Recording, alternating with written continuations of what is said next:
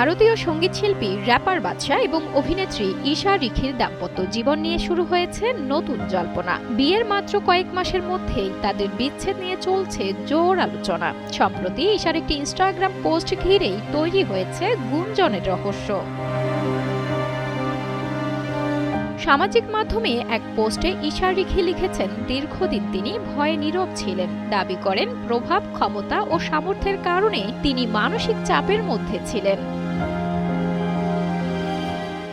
একমাত্র smart city Bashundhara, আধুনিকতায় এক ধাপ এগিয়ে। পোস্টে কারো নাম উল্লেখ না করে ঈশা লিখেছেন, তার নীরবতাকে যেন কখনো সম্মতি হিসেবে দেখা না হয়। নীরবতা ছিল শুধু নিজেকে রক্ষা করার একটি উপায়। পোস্টের শেষ অংশে ঈশা জানান, পুরো ঘটনা প্রকাশ করার মতো অবস্থায় নেই তিনি, তবে সবকিছু স্বাভাবিক আছে এমন ভানও তিনি করতে চান না।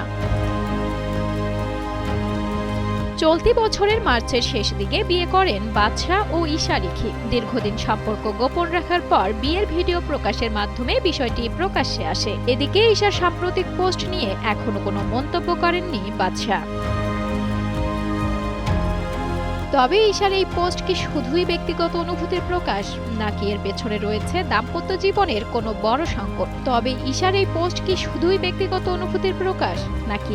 রয়েছে দাম্পত্য জীবনের কোনো বড় সংকট? তা নিয়ে নেটিজেনদের মধ্যে তৈরি হয়েছে নানা জল্পনা কল্পনা। সঞ্জনা সাথী, কালের কণ্ঠ।